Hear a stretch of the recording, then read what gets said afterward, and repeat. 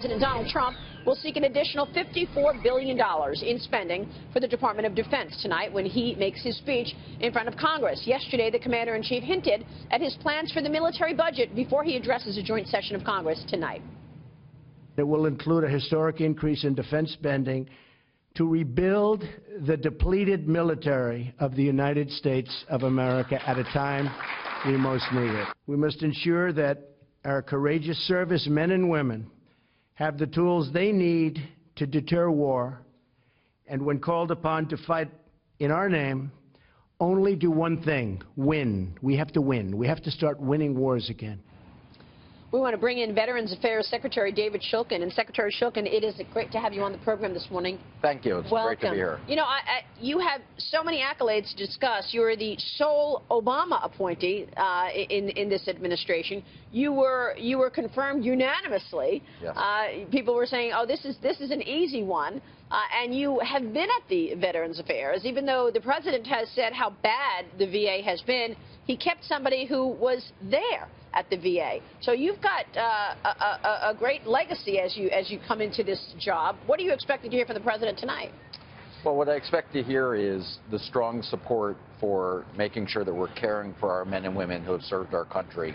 There's a commitment there, and that 100-0 vote from the U.S. Congress, I think, is not so much about me. It's really the country's commitment to making sure that we do everything that we can to deliver on our promise to our veterans.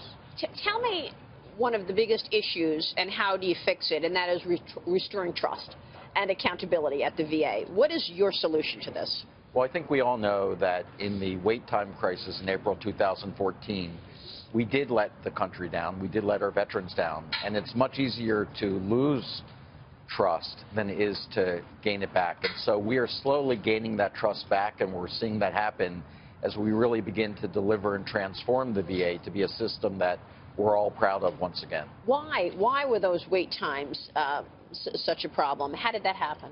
Well, I think that it was really two things. One is it was our lack of willingness to ask for the resources that we needed to care for our country's veterans, and we just fell behind.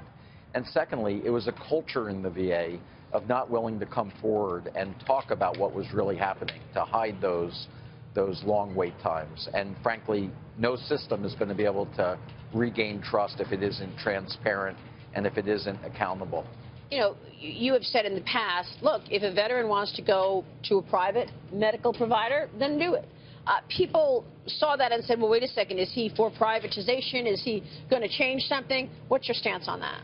Well, you know, I came from the private sector, so when I entered the Veterans Affairs, I was open to trying to see whether it made sense to privatize the VA. And I quickly learned that the VA is a unique national resource, that we can't simply just let veterans get all of their care in the private sector, that they'd be losing a lot of very, very valuable services that are important to caring for our men and women.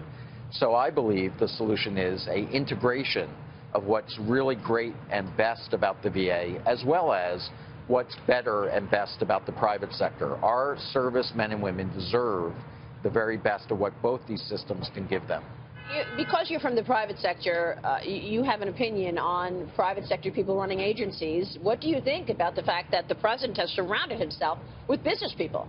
Well, I think what we need in government is more best practices of business. I think we need to take what's working in the private sector and make sure that government can function that way. And when government gets bloated, full of regulations and red tape, it doesn't serve people well. So I think having these private sector people in the government makes a lot of sense. We've got this new Fox News poll out, and it shows that voters have more faith in the military compared to other national institutions. 96% of those surveyed said that they have a great deal or some confidence in the military. Secretary Shulkin, last week you reportedly promised major changes were coming to the Department of Veterans Affairs. What can our servicemen and women expect?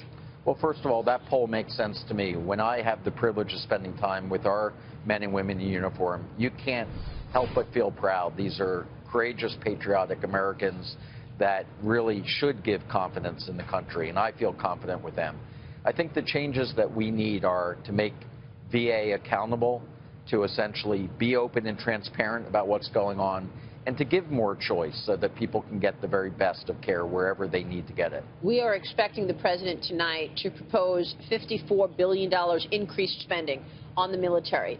How do you feel about that? Where do you think the money ought to go? Because when we talk about the military right now, when we speak to veterans, they all tell us they need more resources. Yeah, what I know from history, and I know the president appreciates this, when we make a decision to send our men and women off to protect us and to fight for our country, that's a lifetime commitment.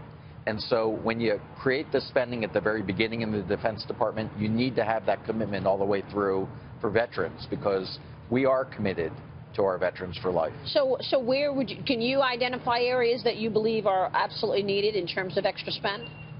Well, we have projections that show what the need is going to be. We know that our men and women coming back from our most recent conflicts are coming back with not only physical injuries, but also the invisible injuries of war. And sometimes it takes additional resources to be able to make sure that we're treating those invisible wounds.